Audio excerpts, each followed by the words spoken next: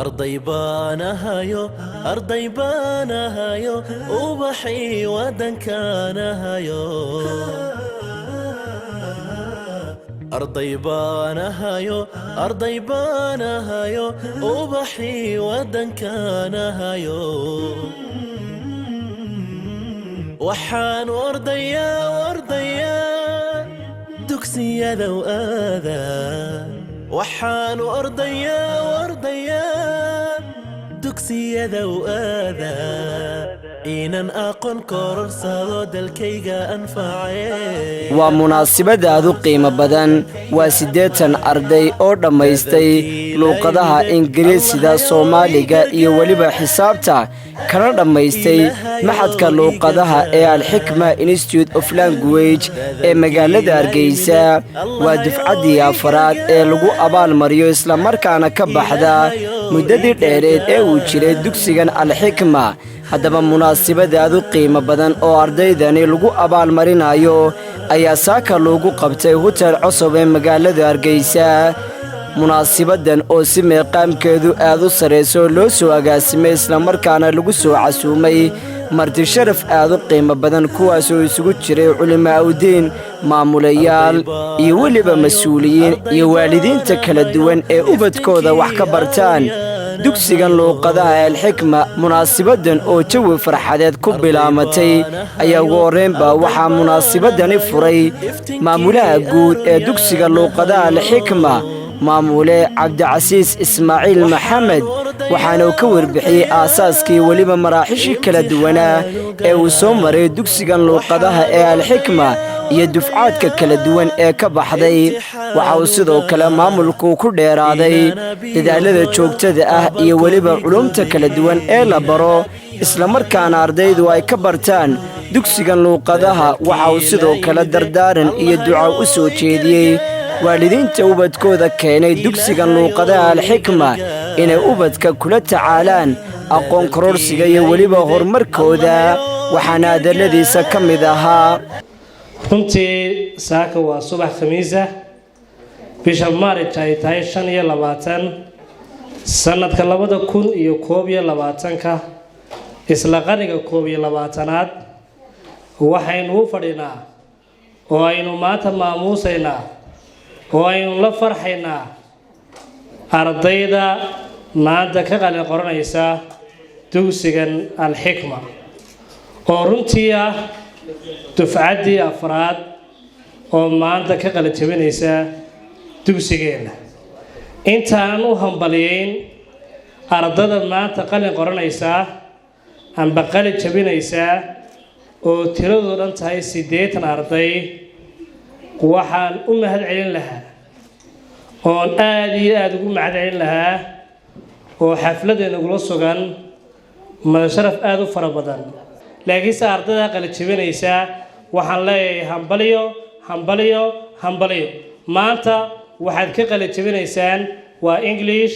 xisaab Soomaali iyo qolo Carabida runtii waa barbilowbaati laakiin hayaanka waxbarashadu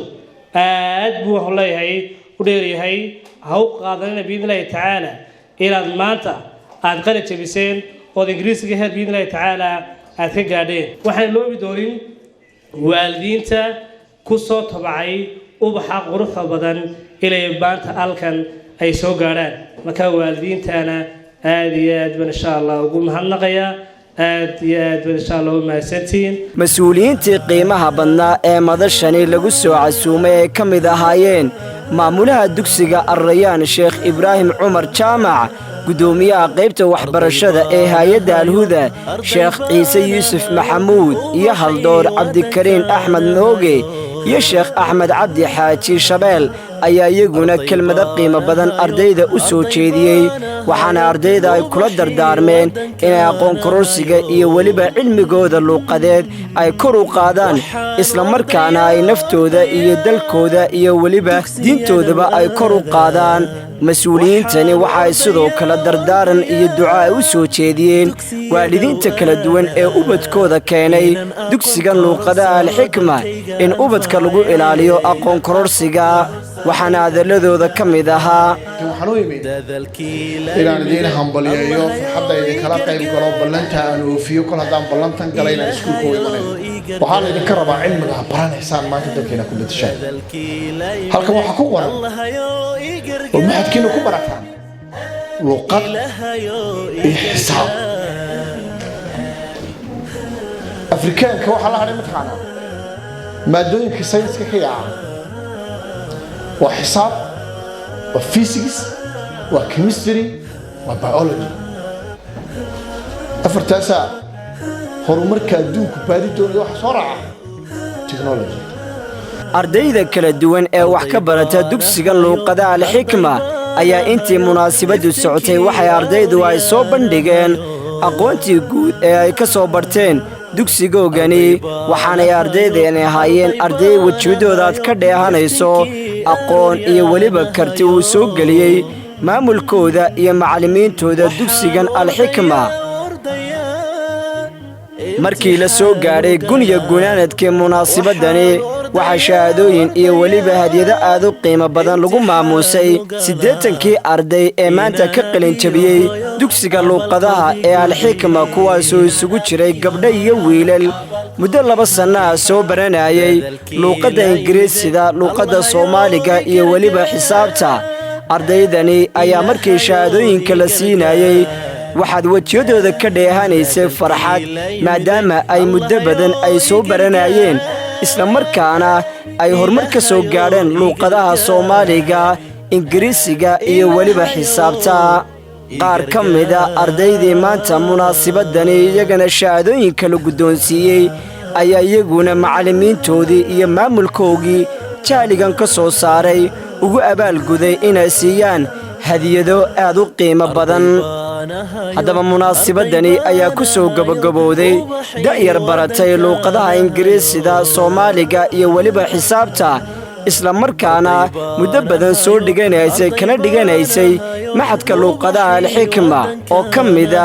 macaahidda kor u qaaday aqoonta guud ee dalkeenna jamhuuriyadda somalilan wahiibsaryaan warbaahinta nolosha islaamka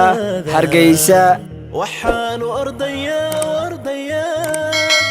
dugsiyada u aadaa inaan aqoon kororsado dalkayga anfacay